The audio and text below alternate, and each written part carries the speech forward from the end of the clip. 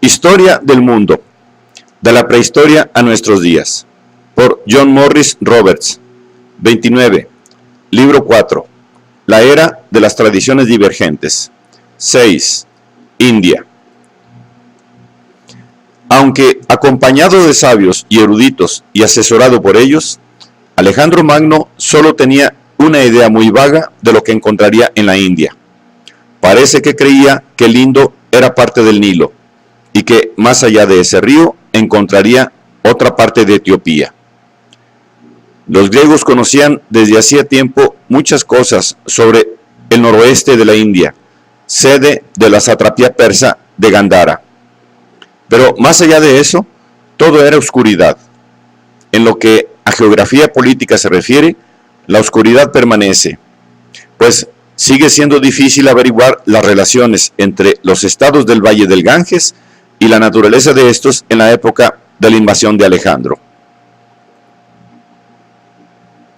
El reino de Magadha, situado en el Bajo Indo y que ejerció una especie de hegemonía sobre el resto del valle, había sido la unidad política más importante del subcontinente durante al menos 2 siglos, pero no se sabe mucho sobre sus instituciones ni sobre su historia. Las fuentes indias no dicen nada de la llegada de Alejandro a la India, y dado que el gran conquistador nunca pasó del Punjab, solo podemos leer en los relatos griegos de la época su irrupción en los pequeños reinos del noroeste, y, en cambio, nada sobre el centro del poder indio.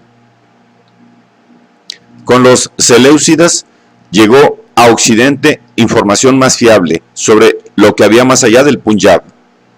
Estos nuevos conocimientos coinciden aproximadamente con el nacimiento de una nueva potencia india, el Imperio Maurya, y aquí comienza realmente la India de los documentos históricos. Uno de nuestros informantes es un embajador griego, Megástenes, enviado a la India por el rey seleucida hacia el 300 a.C. Fragmentos de cuyos relatos sobre lo que vio se conservaron el tiempo suficiente para que escritores posteriores lo citaran con profusión. Megástenes llegó hasta Bengala y Orissa, y dado que era respetado como diplomático y como erudito, conoció y entrevistó a numerosos indios. Algunos escritores posteriores pensaban que, como informador, era crédulo y poco de fiar, e hicieron hincapié en sus historias sobre hombres que vivían de olores y no de comida y bebida, sobre otros ciclopios o cuyos pies eran tan grandes que los usaban para protegerse del sol, y sobre pigmeos y hombres sin boca. Estas historias eran absurdas, pero no carecían necesariamente de fundamento, ya que bien podrían representar solo el conocimiento sumamente desarrollado que tenían los indios arios sobre las diferencias físicas que les distinguían de sus vecinos o conocidos lejanos de Asia Central o de las junglas de Birmania. Algunos de estos les debían de parecer muy extraños, y su comportamiento era, sin duda, muy raro a los ojos indios. Otros aspectos podrían reflejar vagamente las curiosas prácticas ascéticas de la religión india, que nunca han dejado de impresionar a los extranjeros y que normalmente mejoran en las narraciones. Estas historias no desacreditan necesariamente al narrador, pues no significan que las demás cosas que cuenta hayan de ser totalmente inciertas. Quizá tengan incluso un valor positivo si indican algo sobre la forma en que los informantes indios de Megástenes veían el mundo exterior. Megástenes habla de la India de un gran gobernante, Chandragupta, fundador de la dinastía Maurya, y de quien se tienen algunos datos procedentes de otras fuentes. Los antiguos creían que se había inspirado para sus conquistas en haber visto en su juventud a Alejandro Magno durante su invasión de la India. Sea lo que fuere, Chandragupta usurpó el trono de Magadha en el 321 a.C. y sobre las ruinas de ese reino construyó un estado que abarca no solo los 2 grandes valles del Indo y el Ganges, sino la mayor parte de Afganistán, arrebatada a los Seleucidas y de Beluchistán. Su capital estaba en Patna, donde Chandragupta vivía en un magnífico palacio de madera. La arqueología, pues, no puede aún ayudarnos mucho en este periodo de la historia india. De los relatos de Megástenes podría deducirse que Chandragupta ejerció una especie de presidencia monárquica, pero las fuentes indias parecen revelar un estado burocrático, o al menos algo que aspira a serlo. Es difícil saber cómo era en la práctica, pues se había construido a partir de unidades políticas formadas en épocas anteriores, muchas de las cuales habían sido republicanas o populares en cuanto a su organización, y muchas de ellas estaban relacionadas con el emperador a través de grandes hombres que eran funcionarios de este. Algunos de ellos, súbditos en teoría, debieron de ser con frecuencia muy independientes en la práctica. Megástenes también ofrece datos sobre los habitantes del imperio. Además de facilitar una larga lista de diferentes pueblos, distinguió dos tradiciones religiosas, una brahmánica y otra aparentemente budista. Mencionó los hábitos alimentarios de los indios, cuyo alimento básico era el arroz, y su abstención de beber vino, salvo con fines rituales.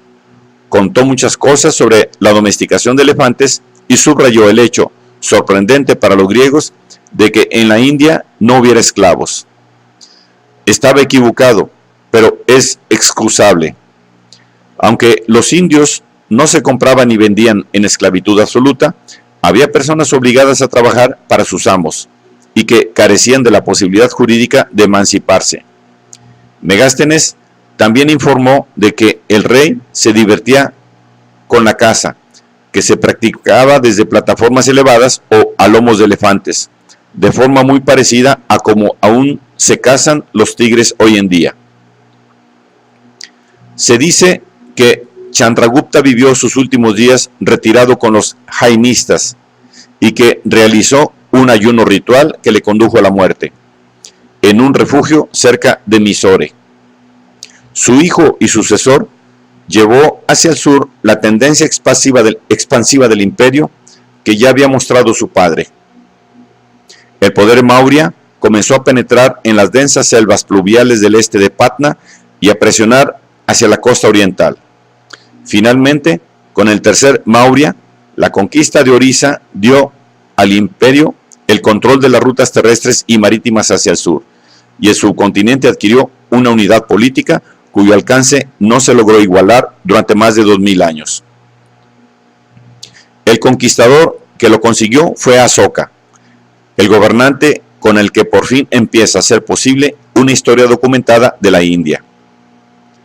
De la época de Asoka sobreviven numerosas inscripciones con decretos y órdenes a sus súbditos. El uso de este medio para propagar los mensajes oficiales y el estilo individual de las inscripciones sugieren una influencia persa y helenística, y no cabe duda de que la India de los Mauryas estuvo en contacto con las civilizaciones de Occidente en forma más continua que nunca. En Kandahar, Asoka dejó inscripciones en griego y en arameo. Estos testimonios revelan un gobierno capaz de mucho más de lo que había esbozado Megástenes. Un consejo real gobernaba en una sociedad basada en castas. Había un ejército real y una burocracia. Al igual que en otros lugares, la aparición de la escritura supuso un hito para el gobierno, además para la cultura. Parece que también había un gran cuerpo de policía secreta o servicio de espionaje interno. Además de recaudar impuestos y mantener los servicios de comunicación y riego, esta maquinaria emprendió con Asoka la promoción de una ideología oficial.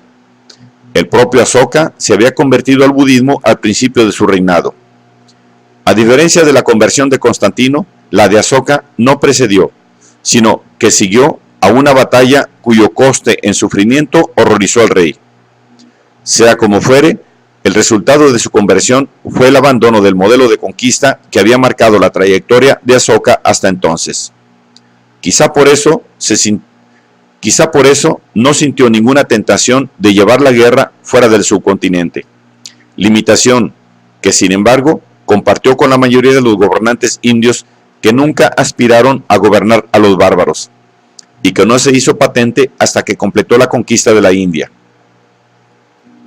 La filosofía budista de Asoka se expresa en las recomendaciones que hizo a sus súbditos en las inscripciones sobre roca y pilares fechadas a partir de esta parte de su reinado, aproximadamente después del 260 a.C.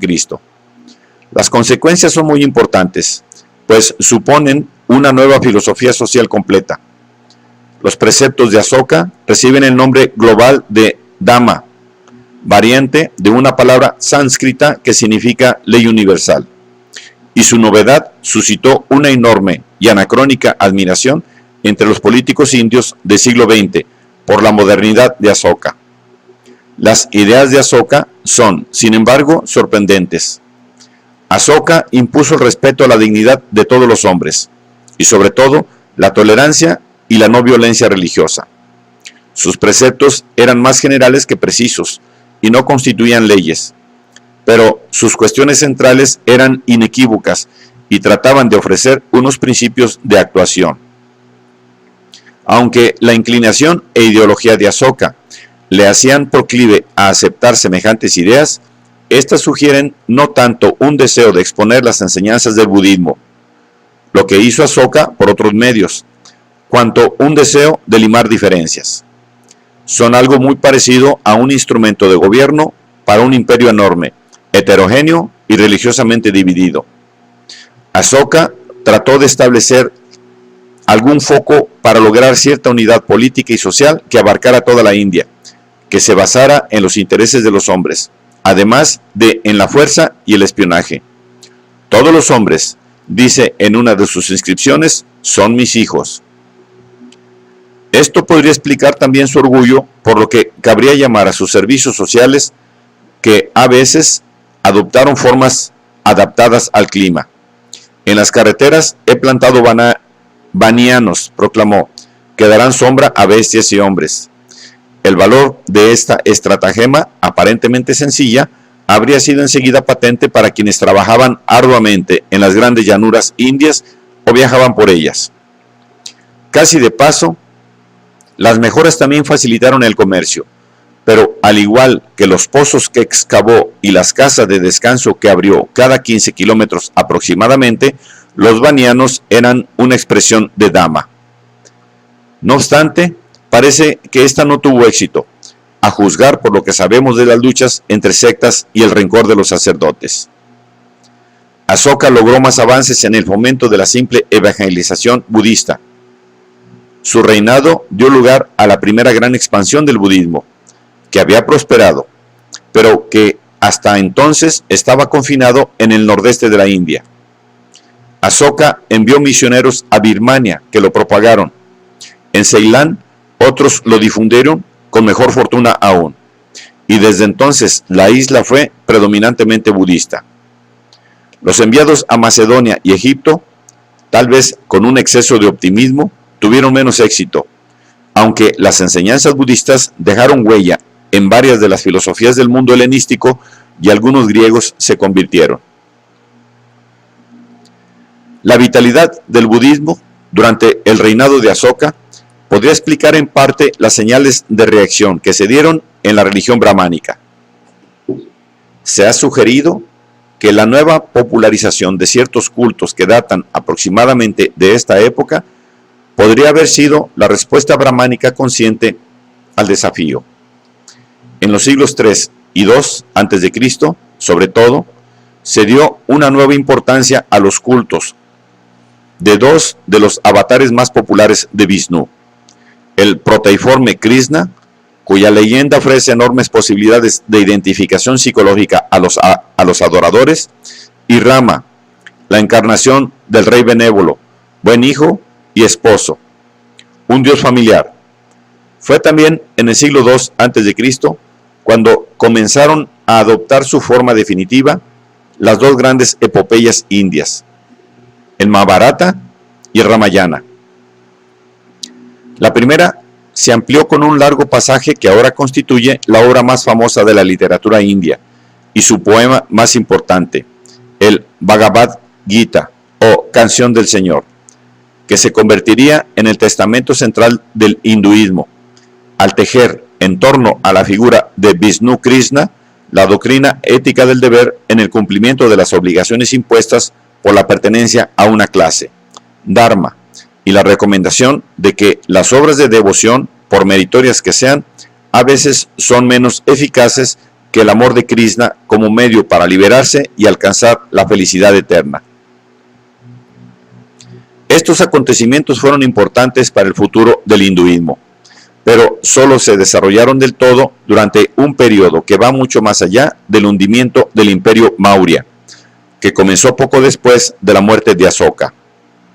Esta desaparición fue tan dramática e impresionante, y el imperio Maurya había sido algo tan notable que, aunque nos sentimos tentados de buscar alguna explicación especial, quizá esta sea solo de índole acumulativa. En todos los imperios antiguos, salvo el chino, las demandas a las que tenía que hacer frente el gobierno sobrepasaron finalmente los recursos técnicos de que éste disponía para satisfacerlas, momento en que se producía el hundimiento. Los Mauryas habían hecho grandes cosas. Reclutaron mano de obra para explotar grandes superficies yermas, alimentando así a una población creciente y aumentando la base impositiva del imperio. Emprendieron grandes obras de regadío que les sobrevivieron durante siglos, y el comercio prosperó también con la dinastía Maurya, si se puede juzgar por la forma en que la cerámica del norte se difundió por toda la India en el siglo III a.C. Los Mauryas tenían, además, un ejército enorme y una diplomacia que llegó hasta Épiro. Sin embargo, el coste fue elevado. El gobierno y el ejército eran parásitos de una economía agraria que no podía expandirse indefinidamente. Había un límite a lo que podía sostener. Por otro lado, aunque la burocracia parece en retrospectiva haber estado en principio centralizada, no pudo ser eficaz, por no decir perfecta. Sin un sistema de control y reclutamiento que la independizase de la sociedad, en un extremo cayó bajo el control de los favoritos del monarca, de quienes dependían todos los demás, y en el otro, en manos de las élites locales que sabían cómo hacerse con el poder y conservarlo. Hay, además, un punto débil político profundamente enraizado en la época anterior a la de los Mauryas. La sociedad india ya se había dibujado en torno a la familia y el sistema de castas. Aquí, en las instituciones sociales, más que en una dinastía o en la idea abstracta de un Estado con continuidad, por no hablar de nación, estaba el foco de las lealtades indias. Cuando un imperio indio comenzaba a tambalearse bajo presiones económicas, externas o técnicas, carecía de un apoyo popular incondicional al que recurrir. Esta es una llamativa señal de la falta de éxito de los intentos de Asoka por proporcionar un tegumento ideológico a su imperio. Es más, las instituciones sociales de la India, y especialmente las castas, en sus formas complejas, imponían unos costes económicos.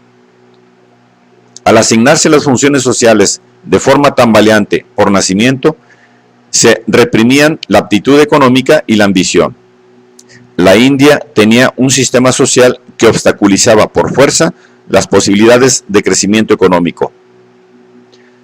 Al asesinato del último Maurya le siguió la llegada al poder de una dinastía del Ganges de origen brahmánico, con lo que la historia de la India durante 500 años se caracterizó, una vez más, por la desunión política.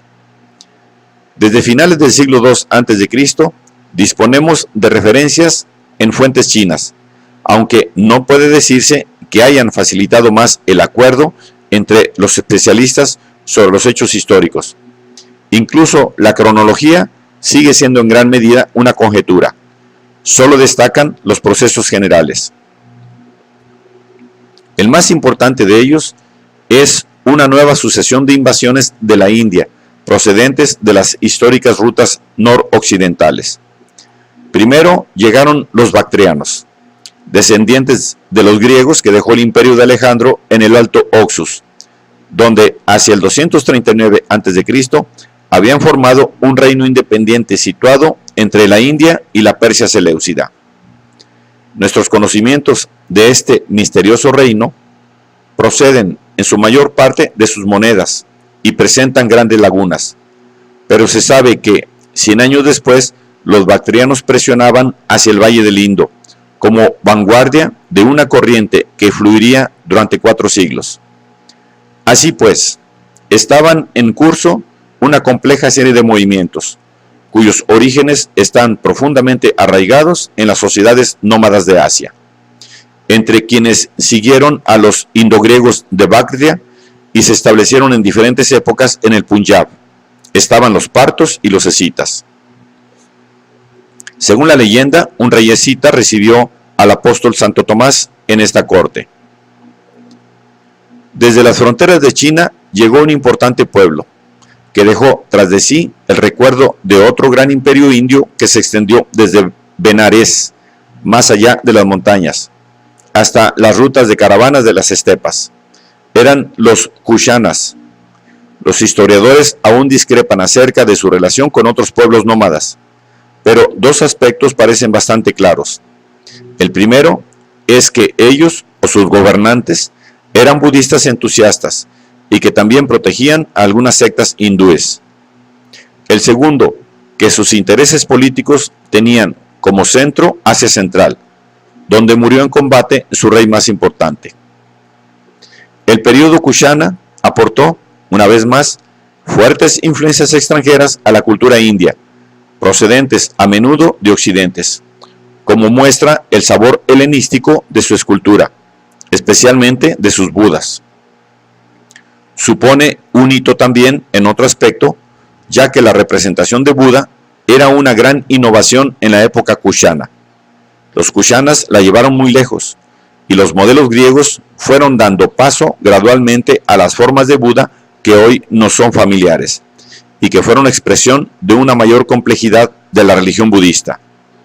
El budismo se fue popularizando y materializando. Buda se convirtió progresivamente en un dios. Pero este no fue más que uno de los numerosos cambios que se produjeron, pues se interrelacionaron el milenarismo, unas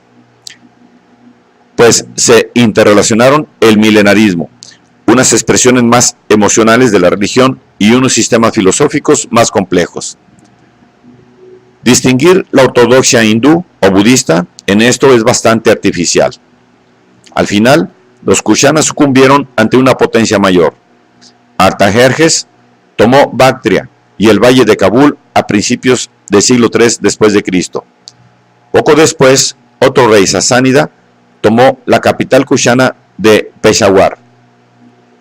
Es fácil que estas frases impacienten al lector, que podrá preguntarse, con Voltaire, ¿y a mí qué me importa que un rey sustituya a otro en las riberas del Oxus y el Yaxartes? Es como si las guerras fratricidas de los reyes francos o de los reyes anglosajones de la Heptarquía a una escala mayor. En realidad, es difícil ver la relevancia de estos altibajos, salvo como certificación de 2 grandes constantes de la historia de la India: la importancia de la frontera noroccidental como conducto cultural y la capacidad de asimilación de la civilización hindú.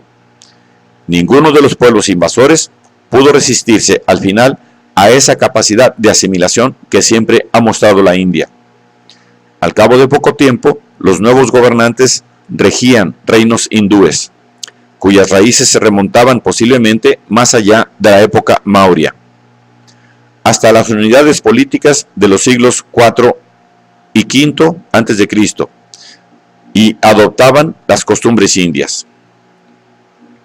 Los invasores nunca penetraron muy al sur. Después del hundimiento Maurya, el Deccan permaneció durante mucho tiempo separado y bajo sus propios gobernantes dravídicos. Su diferenciación cultural persiste aún. Aunque la influencia aria fue más fuerte allí después de la era Maurya, y el hinduismo y el budismo nunca desaparecieron. Al sur no estuvo políticamente integrado el sur no estuvo políticamente integrado de nuevo con el norte hasta la llegada del Imperio Británico. En este confuso periodo, no todos los contactos de la India con el exterior fueron violentos. El comercio con los romanos aumentó de forma tan perceptible que Plinio lo culpó erróneamente de vaciar de oro el imperio. Cierto es que tenemos poca información incuestionable, salvo la llegada de embajadas de la India para negociar asuntos comerciales. Pero la observación de Plinio sugiere que ya se había establecido una de las características del comercio de la India con Occidente. Lo que los mercados mediterráneos buscaban eran artículos de lujo que solo podía proporcionar la India, y salvo oro y plata, poco podían ofrecer a cambio. Esta pauta se mantuvo hasta el siglo XIX. También hay otras señales interesantes de contactos intercontinentales derivados del comercio. El mar es un factor de unión de las culturas de las comunidades comerciales. Las palabras tamiles para designar ciertos productos aparecían en el griego, y los indios del sur llevaban comerciando con Egipto desde la época helenística. Más tarde, los comerciantes romanos vivieron en puertos del sur, donde los reyes tamiles tenían guardaespaldas romanos. Por último, es probable que, con independencia de cuál sea la verdad sobre el apóstol Santo Tomás, el cristianismo llegara por primera vez a la India a través de sus puertos comerciales occidentales, posiblemente ya en el siglo I después de Cristo. La unidad política no apareció de nuevo, ni siquiera en el norte, hasta transcurridos cientos de años. Un nuevo estado en el valle del Ganges, el Imperio Gupta, fue entonces el heredero de 5 siglos de confusión. Su centro estaba en Patna, donde se estableció una dinastía de emperadores Guptas. El primero de ellos, otro Chandragupta, comenzó a reinar en el 320, y 100 años después el norte de la India estuvo, una vez más, unido, y durante un tiempo, y libre de presiones e incursiones externas. No fue un imperio tan grande como el de Asoka, pero los Guptas conservaron el suyo más tiempo. Durante 2 siglos aproximadamente, el norte de la India disfrutó con ellos de una especie de era antonina, que después se recordaría con nostalgia y que constituye el periodo clásico de la India, aquel en el que el arte y la literatura dieron sus mayores frutos a la humanidad. La época Gupta trajo la primera gran consolidación de un patrimonio artístico indio. De la antigüedad, poco ha sobrevivido antes de la perfección de la piedra tallada de los Mauryas. Las columnas que constituyen sus principales monumentos fueron la culminación de una tradición autóctona de construcción en piedra.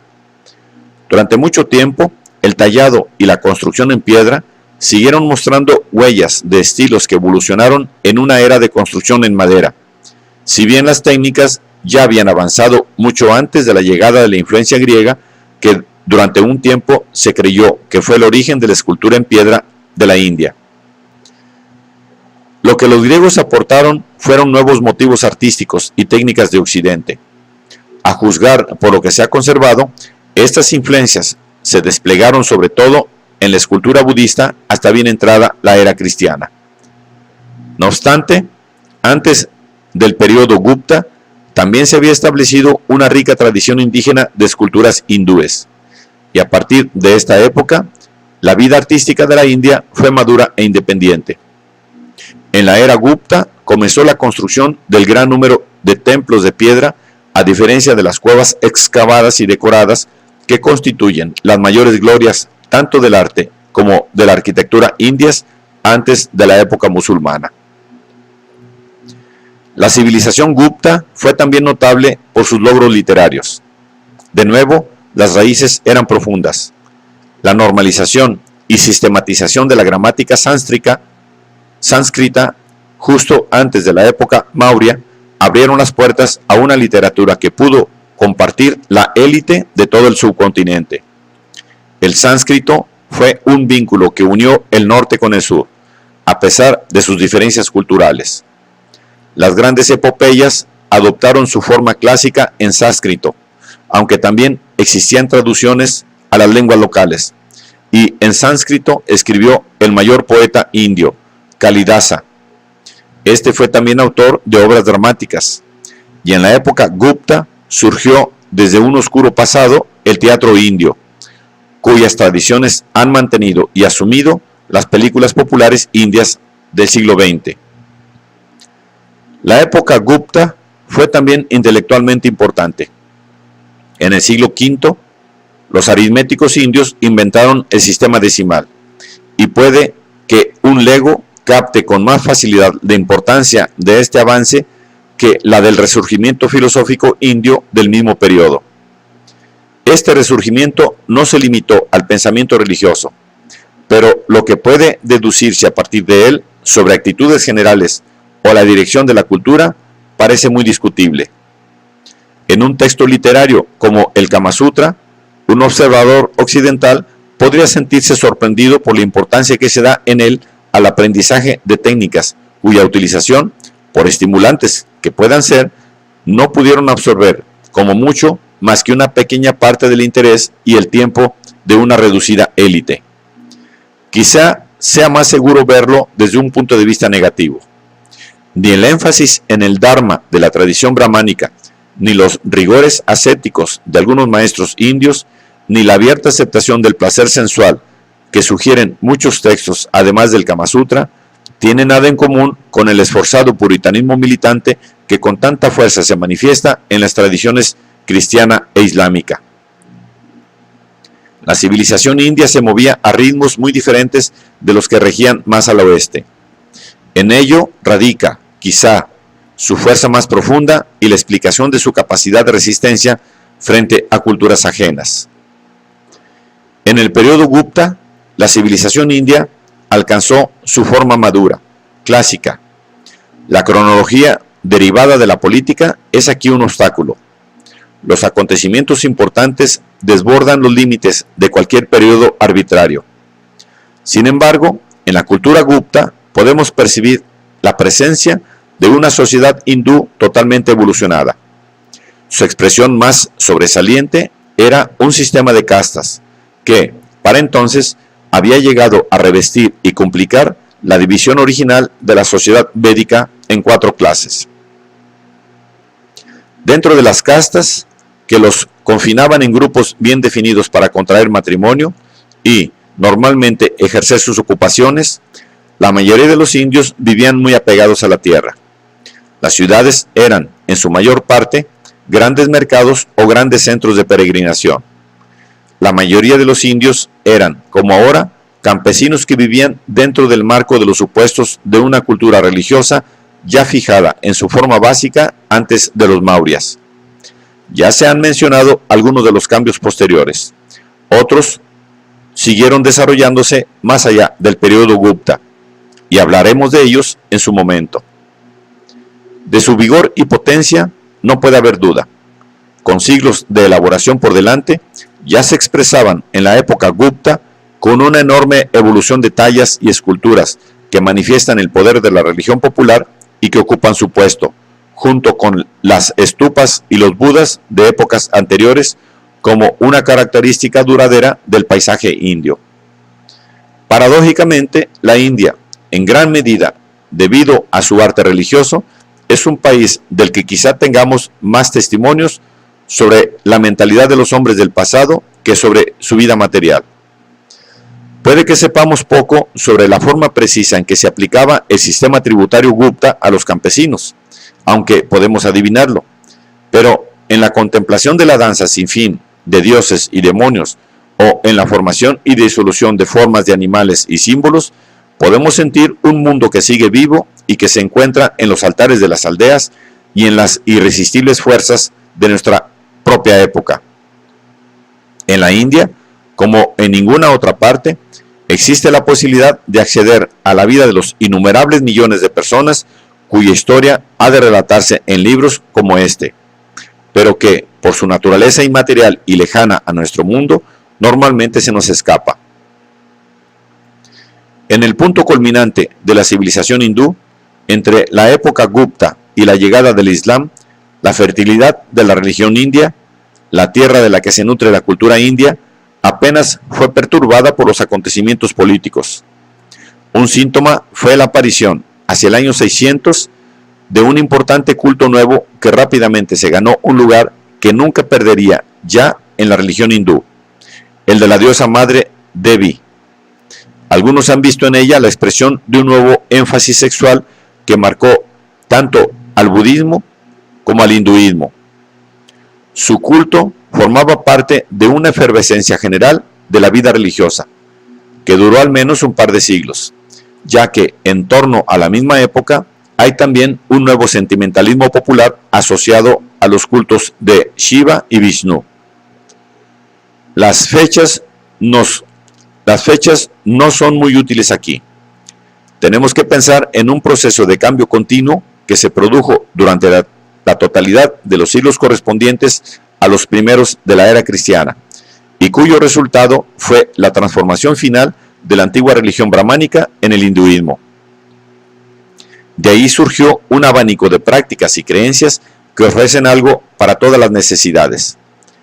El sistema filosófico del Vedanta, que subraya la irrealidad de lo fáctico y lo material y la conveniencia de lograr el desapego en un conocimiento auténtico de la realidad, Brahma, ocupaba un extremo del espectro, que en el otro iba hasta las supersticiones de las aldeas que adoraban a deidades locales asimiladas mucho tiempo antes a uno de los muchos cultos de Shiva o Vishnu. Así, la efervescencia religiosa encontró expresión, de forma antitética y simultánea, en el crecimiento de la adoración de imágenes y en el surgimiento de una nueva austeridad. El sacrificio de animales nunca cesó, y era uno de los aspectos que ahora respaldaba una nueva severidad de la práctica religiosa conservadora. Lo mismo cabe decir de una nueva rigidez de las actitudes hacia la mujer y de la intensificación de su subordinación, que tuvieron una expresión religiosa en el aumento de los matrimonios infantiles y en la práctica llamada sati, la autoinmolación de las viudas en las piras funerarias de sus maridos. La riqueza de la cultura india es tal que este embrutecimiento de la religión fue acompañado también por el desarrollo hasta su cumbre más elevada de la tradición filosófica del Vedanta, la culminación de la tradición védica, y por el nuevo desarrollo del budismo Mahayana, que afirmaba la divinidad de Buda. Las raíces de este se remontaban a las primeras desviaciones de las enseñanzas de Buda sobre la contemplación, la pureza y el desapego, que habían favorecido un enfoque religioso más ritualista y popular, y recalcado asimismo una nueva interpretación del papel de Buda. En lugar de entender a este solo como un maestro y un ejemplo, se le consideraba el mayor de los bodhisattvas, salvadores, que pese a gozar del derecho a la felicidad de la autoaniquilación, lo rechazaban para permanecer en el mundo y enseñar a los hombres el camino de la salvación. Transformarse en un bodhisattva fue convirtiéndose gradualmente en la meta de muchos budistas. Los esfuerzos de un concilio budista convocado por el gobernante Kushana Kanishka se encaminaron infructuosamente a reintegrar en el budismo dos tendencias cada vez más divergentes. El budismo Mahayana, palabra que significa gran vehículo, se centraba en un Buda que era efectivamente un salvador divino a quien se podía adorar y seguir en la fe, una manifestación de un gran y único Buda celestial que comienza a parecerse, en cierto modo, al alma indiferenciada que subyace tras todas las cosas del hinduismo. Las disciplinas de austeridad y contemplación que había enseñado Gautama se fueron limitando cada vez más a una minoría de budistas ortodoxos, mientras los seguidores del Mahayana ganaban conversos entre las multitudes.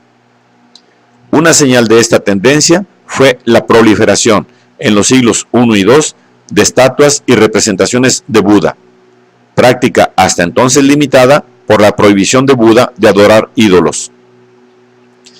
El budismo Mahayana sustituyó finalmente a las primeras formas del budismo en la India y se difundió también por todas las rutas comerciales de Asia Central hasta China y Japón. La tradición más ortodoxa tuvo más éxito en el sudeste asiático y en Indonesia. El hinduismo y el budismo estaban, pues, marcados por cambios que ampliaban su atractivo. La religión hindú tuvo más éxito, aunque en ello entra en juego un factor regional. Desde la época Kushana, el centro del budismo indio había sido el noroeste, la región más expuesta a las devastaciones de los asaltantes hunos. El hinduismo se difundió en su mayor parte en el sur. Tanto el noroeste como el sur, naturalmente, eran zonas donde las corrientes culturales se mezclaban con toda facilidad con las procedentes del mundo mediterráneo clásico, en el primero por tierra y en el segundo por mar. Estos cambios producen una sensación de culminación y clímax, ya que maduraron muy poco antes de que el Islam llegara al subcontinente, aunque con la suficiente antelación como para que hubiera cristalizado una visión filosófica que ha marcado a la India desde entonces y que ha mostrado una asombrosa invulnerabilidad ante otras ideologías.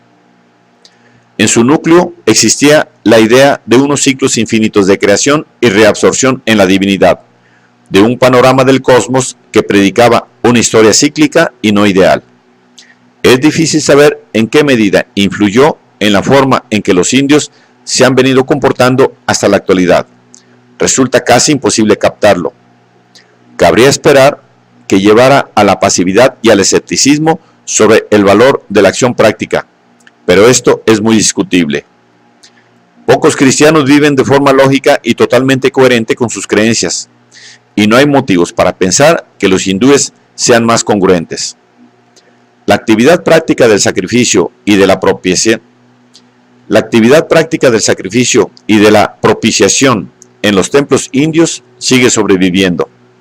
No obstante, la dirección de toda una cultura podría estar determinada por el énfasis de sus modos distintivos de pensamiento, y es difícil no sentir que gran parte de la historia de la India ha sido determinada por una visión del mundo que subrayaba más los límites de la acción humana que su potencial.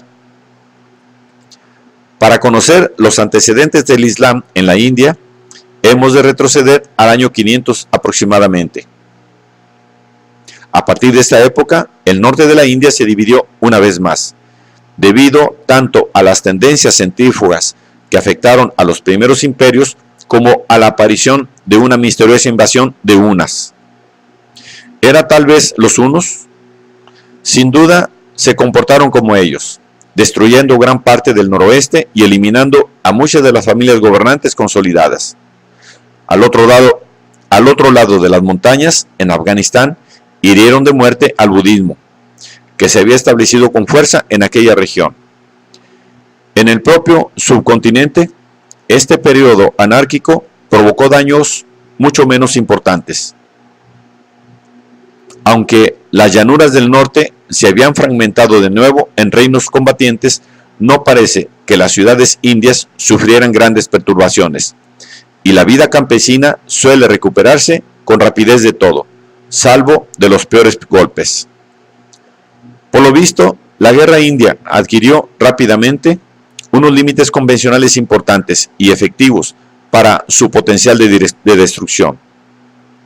La situación en gran parte del norte en esta época se parece en cierto modo a la de algunos países europeos durante los periodos más anárquicos de la Edad Media, cuando las relaciones feudales mantenían más o menos la paz entre nobles potencialmente competitivos, pero no podían contener del todo unos estallidos de violencia que en esencia eran provocados por diferentes formas de tributo. Mientras tanto, el Islam había llegado a la India.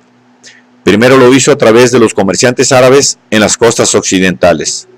Después, hacia 712, los ejércitos árabes conquistaron Sindh. No llegaron más lejos. Poco a poco se establecieron y dejaron de molestar a los indios. Siguió un periodo de calma que duró hasta que, a principios del siglo XI, un gobernante gaznaví penetró en la India realizando una serie de ataques destructivos, que, pese a todo, tampoco produjeron cambios radicales. Durante otros 2 siglos, la vida religiosa de la India se siguió moviendo a su propio ritmo. Los cambios más destacados fueron el declive del budismo y el surgimiento del tantrismo, una mezcla de prácticas semimágicas y supersticiosas que prometían el acceso a la santidad mediante hechizos y rituales, cuyos cultos consistían sobre todo en fiestas populares que se celebraban en templos, que también prosperaron, sin duda, ante la ausencia de un foco político fuerte en la época post-Gupta. Entonces se produjo una nueva invasión procedente de Asia Central. Los nuevos invasores eran musulmanes y procedían del complejo de pueblos turcos. El ataque de estos conquistadores islámicos fue diferente de los anteriores, ya que llegaron para quedarse, y no solo para realizar una incursión. Se establecieron primero en el Punjab, en el siglo XI, y después, a finales del siglo XII, lanzaron una segunda oleada de invasiones que culminaron unas décadas más tarde en el establecimiento de sultanes turcos en Delhi, que gobernaban todo el valle del Ganges. Su imperio no fue monolítico, pues dentro de él sobrevivieron los reinos hindúes sobre una base tributaria, del mismo modo que los reinos cristianos sobrevivieron como reinos tributarios de los mongoles en Occidente. Los gobernantes musulmanes, quizá cuidadosos con sus intereses materiales, no siempre defendieron a sus correligionarios de los ulemas, que trataban de hacer prosélitos y estaban deseosos de iniciar persecuciones, como muestra la destrucción de templos hindúes. El corazón del primer imperio musulmán en la India era el valle del Ganges. Los invasores penetraron con rapidez hasta Bengala y se establecieron más tarde en la costa occidental de la India y en la meseta del Deccan. No fueron más al sur, donde la sociedad hindú sobrevivió sin grandes cambios. En cualquier caso, su dominio no duraría mucho, ni siquiera en el norte. En 1398, el ejército de Tamerlán, Timur Lang, saqueó Delhi después de una devastadora marcha de acercamiento que avanzó a mayor velocidad, si cabe, según un cronista, por el deseo de los monjes de escapar del hedor a putrefacción que desprendían las pilas de cadáveres que dejaban a su paso. En las turbulentas aguas posteriores a este desastre, generales y potentados locales nadaron para ponerse a salvo, y la India islámica quedó fragmentada de nuevo. Sin embargo, el Islam se había establecido ya en el subcontinente, convirtiéndose en el mayor desafío al que se había enfrentado hasta entonces la capacidad de asimilación de la India, ya que su estilo activo, profético y de revelación era totalmente antitético tanto del hinduismo como del budismo, aunque el Islam también sufría cambios sutiles merced a ellos. Surgieron nuevos sultanes en Delhi, pero durante mucho tiempo no mostraron ninguna capacidad para establecer el antiguo imperio islámico. Solo en el siglo XVI renació este gracias a un príncipe extranjero, Babur de Kabul. Descendía por parte de su padre de Tamerlán o Timur Lang y por parte de su madre de Gengis Khan, lo que constituía una enorme ventaja, así como una fuente de inspiración para un joven educado en la adversidad.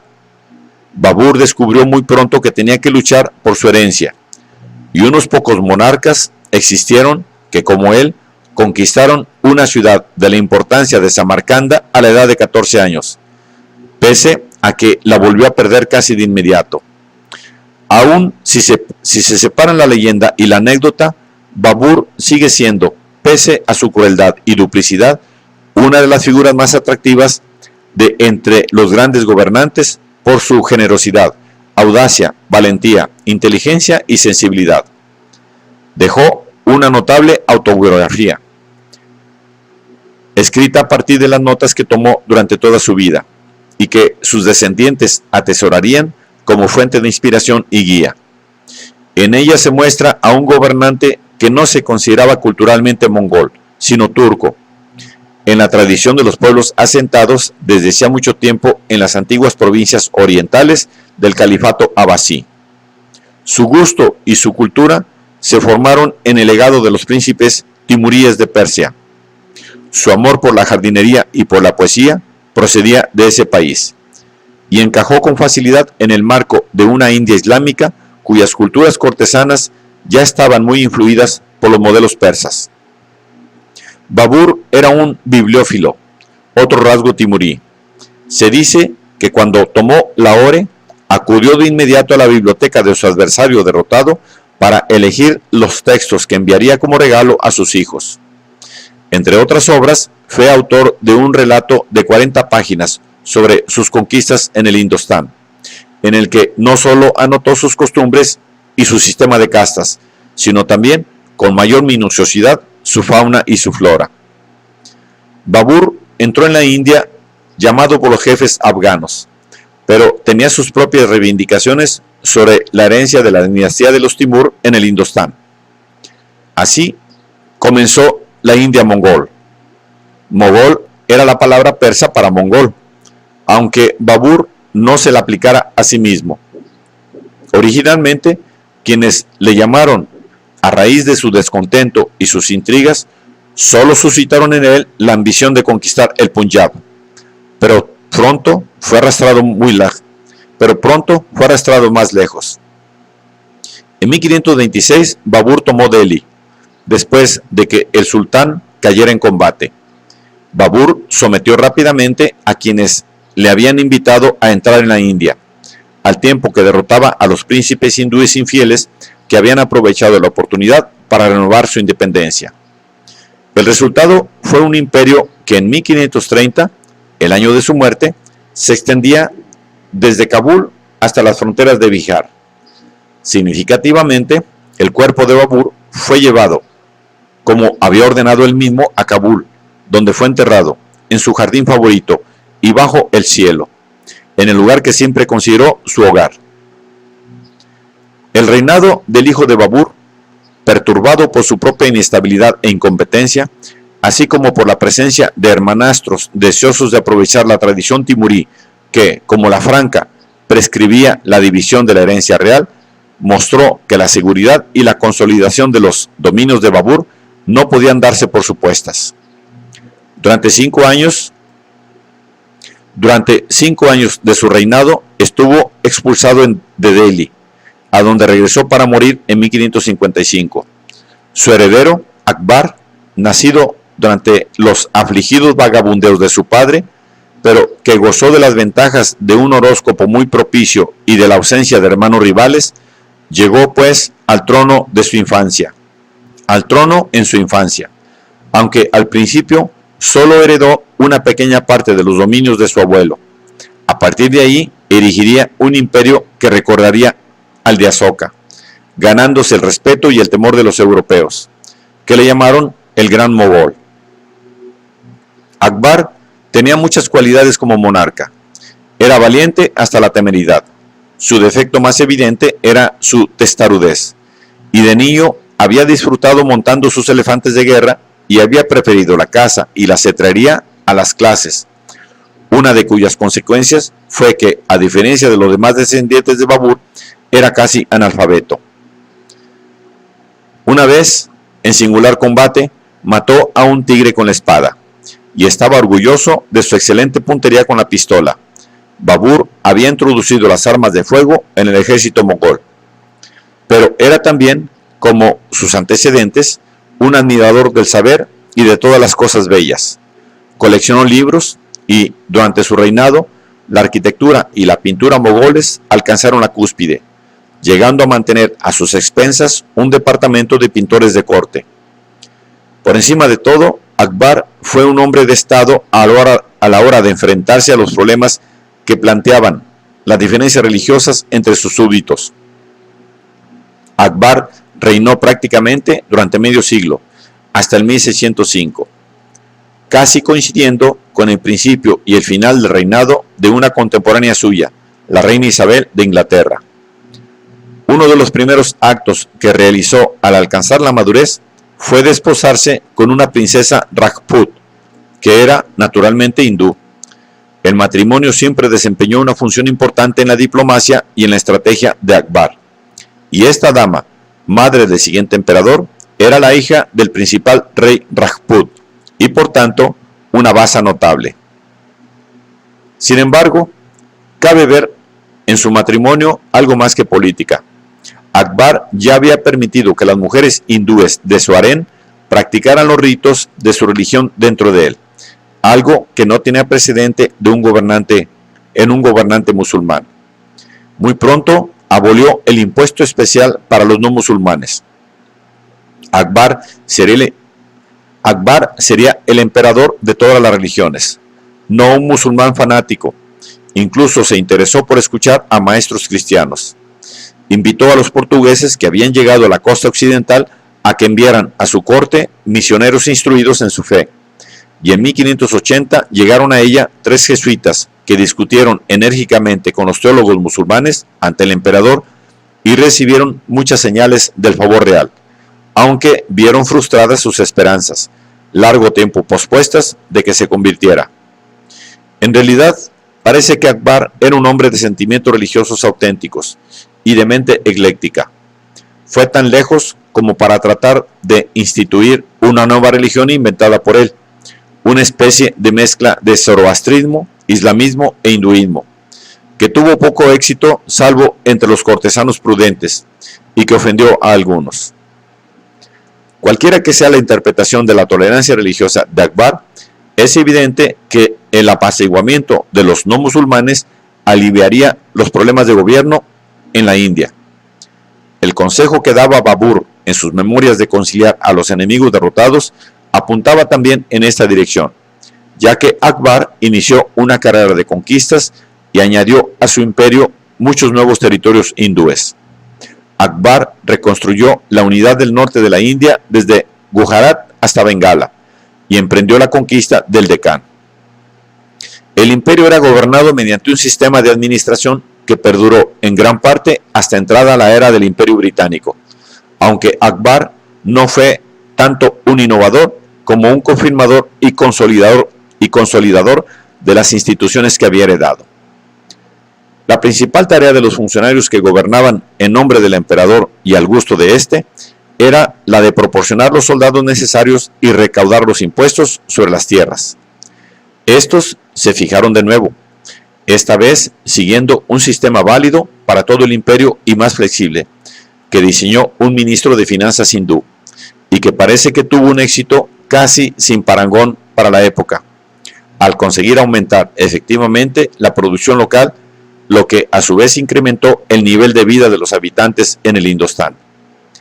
Entre otras reformas destacables en intención, si bien no en sus efectos, figuraba la desaprobación del sati.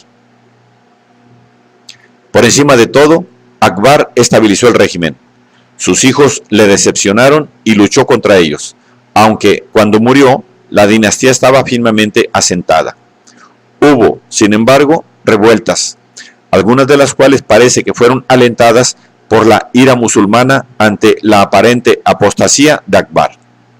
Incluso en la era turca, la nitidez de la distinción religiosa entre musulmanes y no musulmanes se había suavizado, en cierto modo, a medida que los invasores se establecían en su nuevo país y adoptaban costumbres indias. Uno de los primeros indicios de asimilación fue la aparición de una nueva lengua, el urdu, la lengua del campo, que se convirtió en la lengua franca de gobernantes y gobernados, con una estructura hindú y un vocabulario persa y turco. Pronto hubo señales de que la capacidad omnívora del hinduismo podría incorporar quizá hasta el Islam.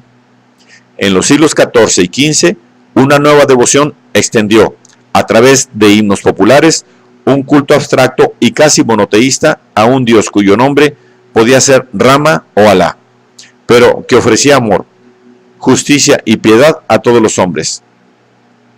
Paralelamente, algunos musulmanes, antes incluso del reinado de Akbar, habían mostrado interés y respeto por las ideas hindúes.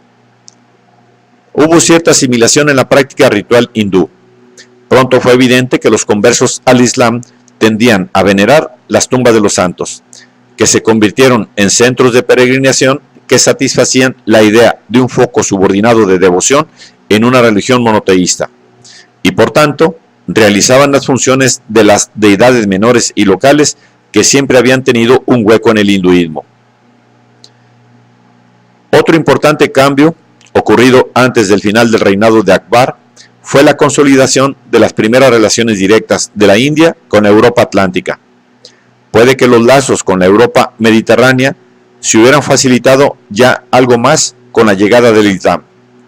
Desde el Mediterráneo oriental hasta Delhi, una religión común proporcionaba un contacto continuo, si bien distante. Los viajeros europeos habían llegado de vez en cuando a la India, y los gobernantes de esta habían podido atraer en ocasiones a técnicos expertos para que trabajaran a su servicio, aunque fueron menos tras las conquistas otomanas. Pero lo que ahora estaba a punto de suceder iba a tener un alcance mucho mayor y cambiaría a la India para siempre. Los europeos que ahora llegaban serían seguidos por otros en número creciente y no se marcharían. El proceso había comenzado con la llegada de un almirante portugués a Malabar, a finales del siglo XV. En unos años, sus compatriotas se habían instalado como comerciantes, comportándose a veces como piratas en Bombay y en la costa de Gujarat. Los intentos de desalojarles fracasaron en los turbulentos años que siguieron a la muerte de Babur. Y en la segunda mitad del siglo, los portugueses se desplazaron en busca de nuevos puestos en el Golfo de Bengala. Fueron la avanzadilla de los europeos en la India durante mucho tiempo. Sin embargo, podían suscitar la hostilidad de los buenos musulmanes porque llevaban consigo cuadros e imágenes de Cristo, su madre y los santos, que olían a idolatría. Los protestantes fueron menos irritantes para los sentimientos religiosos cuando llegaron. La era británica en la India estaba aún muy lejos, pero con rara pulcritud histórica, el 31 de diciembre de 1600, el último día del siglo XVI, se fundó la primera compañía británica de las Indias Orientales. 3 años después, el primer emisario de la compañía llegó a la corte de Akbar en Agra. Para entonces, Isabel I, que había dado a los comerciantes su carta de constitución, ya había muerto. Así pues, al final de los reinados de dos grandes gobernantes, se produjo el primer contacto entre dos países cuyos destinos históricos iban a estar entrelazados durante mucho tiempo, con enormes repercusiones para ambos y para el mundo. En aquel momento no podía verse ningún atisbo de ese futuro. Los ingleses consideraban entonces el comercio en la India menos interesante que con otras zonas de Asia. El contraste entre los dos reinos es también fascinante. El imperio de Akbar era uno de los más poderosos del mundo y su corte, una de las más suntuosas. Y él y sus sucesores gobernaban una civilización más gloriosa y espectacular que ninguna de las que se habían conocido en la India desde la época de los Guptas. Por el contrario, el reino de Isabel I, apenas una gran potencia, incluso en términos europeos, estaba atenazado por las deudas y tenía menos habitantes que la moderna Calcuta. El sucesor de Akbar mostró desdén ante los regalos que envió Jacobo I unos años después. Pero el futuro de la India, sin que nadie por entonces pudiera imaginarlo, estaba en manos de los súbditos de la reina. Los emperadores mogoles siguieron siendo descendientes directos de Babur, aunque no sin interrupciones, hasta mediados del siglo XIX. Después de Akbar, era tan grande el prestigio de la dinastía que descender de los mogoles se convirtió en una moda en la India. Solo nos ocuparemos aquí de los 3 gobernantes que siguieron a Akbar, ya que fue con Jahangir y Shah Jahan cuando el imperio alcanzó su máxima extensión, en la primera mitad del siglo XVII, y con Aurangzeb cuando comenzó su declive, en la segunda mitad.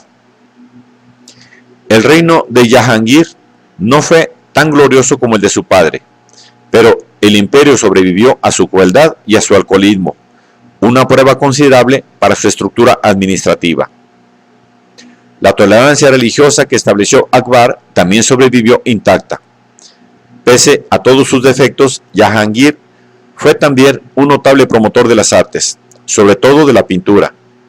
Durante su reinado se hace visible por primera vez el impacto de la cultura europea en Asia, a través de motivos artísticos basados en pinturas y grabados importados. Uno de los motivos era el halo o nimbo, con el que se representaba a los santos cristianos, y en Bizancio a los emperadores. Después de Jahangir, todos los emperadores mogoles fueron representados con ese halo, lo cual indica el poderoso influjo de la cultura india. Shah Jahan comenzó la adquisición por partes de los sultanatos del Deccan, aunque tuvo poco éxito en sus campañas en el noroeste y no logró expulsar a los persas de Kandahar. En la administración interna del imperio se debilitó el principio de la tolerancia religiosa, aunque no lo suficiente como para situar a los hindúes en desventaja en el servicio al gobierno, y la administración siguió basándose en la pluralidad religiosa. Aunque el emperador decretó que se derribaran todos los templos hindúes de reciente construcción y protegió a poetas y músicos hindúes. En Agra, Shah Jahan mantuvo una rica y exquisita vida cortesana. Fue allí también donde construyó el más celebrado y conocido de todos los edificios islámicos, el Taj Mahal, una tumba para su esposa favorita y el único rival posible de la mezquita de Córdoba para obtener el título de edificio más bello del mundo. La esposa del emperador había muerto poco después de que éste llegara al poder, y sus constructores trabajaron en la tumba durante más de 20 años. El Taj Mahal es la culminación del trabajo con arco y cúpula, que constituye uno de los legados islámicos más llamativos para el arte indio, y el mayor monumento del Islam en la India. La desaparición de la cultura figurativa india, tras las invasiones islámicas, tuvo sus compensaciones. La corte de Shah Jahan llevó también a su culminación una gran tradición de pinturas en miniatura. Por debajo del nivel de la corte, el panorama que ofrece la India mogol es mucho menos atractivo. Los funcionarios locales tenían que recaudar cada vez más dinero para sostener no solo los gastos domésticos y las campañas de Shah Jahan, sino también a las élites sociales y militares que vivían esencialmente como parásitos de la economía productiva. Sin tener en cuenta las necesidades locales ni las catástrofes naturales, la maquinaria de rapiña para la recaudación de impuestos podía en ocasiones llevarse hasta la mitad de los ingresos del campesino. Prácticamente nada de esto se invertía en forma productiva.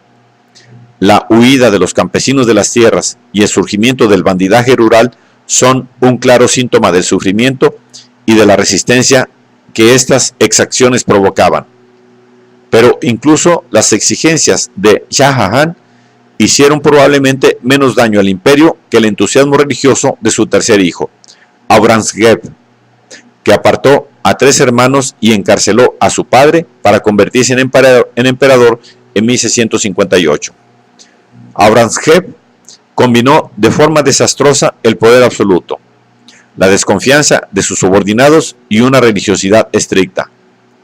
El hecho de que redujera los gastos de su corte no compensó demasiado el resultado final de su reinado. Las nuevas conquistas contrastaban con revueltas contra el dominio mogol, que al parecer se debieron en gran parte al intento de Aurangzeb de prohibir la religión hindú y destruir sus templos, y a su restauración del impuesto especial para los no musulmanes. El ascenso de los funcionarios hindúes al servicio del Estado fue haciéndose cada vez menos probable. Para alcanzar el éxito había que convertirse. Un siglo de tolerancia religiosa acabó, y una de sus consecuencias fue la enajenación de las lealtades de muchos súbditos.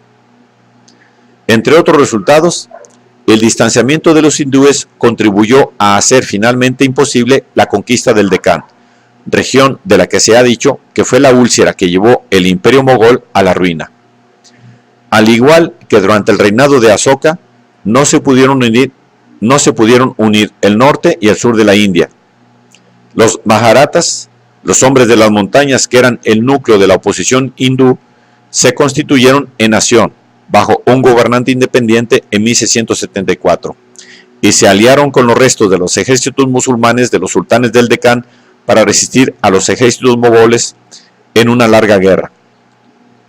De ella surgió una figura heroica que se ha convertido en una especie de paladín a los ojos de los nacionalistas hindúes modernos, Shivaji, que construyó a base de fragmentos una identidad política maharata que pronto le permitió explotar al contribuyente con la misma dureza que los mogoles. Aurangzeb combatió sin cesar a los maharatas hasta su muerte en 1707. Tras ella se produjo una grave crisis para el régimen, en la que sus tres hijos se disputaron también la sucesión. El imperio comenzó a dividirse casi de inmediato, mientras un heredero mucho más formidable que los hindúes o los príncipes locales esperaba entre bastidores: los europeos. La responsabilidad negativa del éxito final de los europeos en la India es quizá de Akbar, por no haber matado a la víbora en el huevo. Shah Jahan, por otra parte, destruyó la factoría portuguesa en Hooghly, aunque más tarde toleró a los cristianos en Agra. De forma sorprendente, parece que la política mogola nunca previó la construcción de una marina de guerra, un arma que los otomanos utilizaron de forma terrible contra los europeos del Mediterráneo. Una de las consecuencias se percibió ya durante el reinado de Aurangzeb, aunque los europeos pusieron en peligro la navegación costera e incluso las peregrinaciones a la Meca. En tierra se había permitido que los europeos establecieran trampolines y cabezas de puente.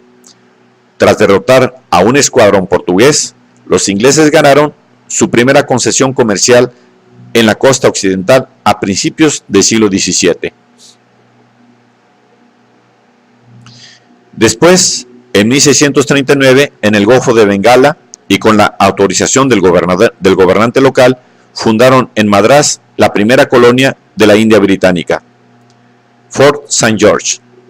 Las lápidas de las tumbas de su pequeño cementerio aún recuerdan a los primeros ingleses que vivieron y murieron en la India, como harían otros muchos miles durante más de 3 siglos. Los ingleses chocaron posteriormente con Aurangzeb, pero obtuvieron más factorías en Bombay y Calcuta antes del final del siglo.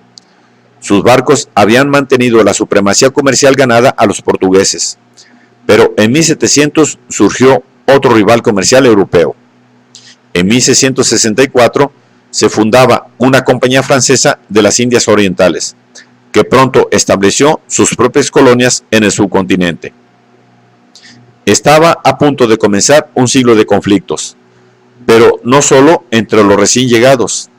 Los europeos ya tenían que tomar difíciles decisiones políticas debido a las incertidumbres suscitadas cuando el poder mogol dejó de tener la fuerza que había tenido y hubieron de entablar relaciones con sus oponentes, además de con el emperador, como descubrieron los ingleses en Bombay, al ver impotentes cómo un escuadrón maharata ocupaba una de las islas del puerto de Bombay y un almirante mogol la contigua.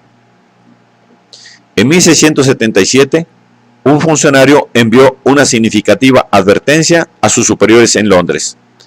Los tiempos exigen ahora que dirijan su comercio general con la espada en las manos. En 1700, los ingleses eran perfectamente conscientes de que había mucho en juego, como quedó demostrado un tiempo después. Con esta fecha entramos en la era en que la India está atrapada cada vez más en acontecimientos que no dependían de ella. La era de la historia mundial. Las cosas pequeñas lo muestran tan bien como las grandes. En el siglo XVI, los portugueses habían llevado con ellos pimientos, patatas y tabaco procedentes de América. La dieta y la agricultura indias ya estaban cambiando. Pronto lo seguirían el maíz, la papaya y la piña.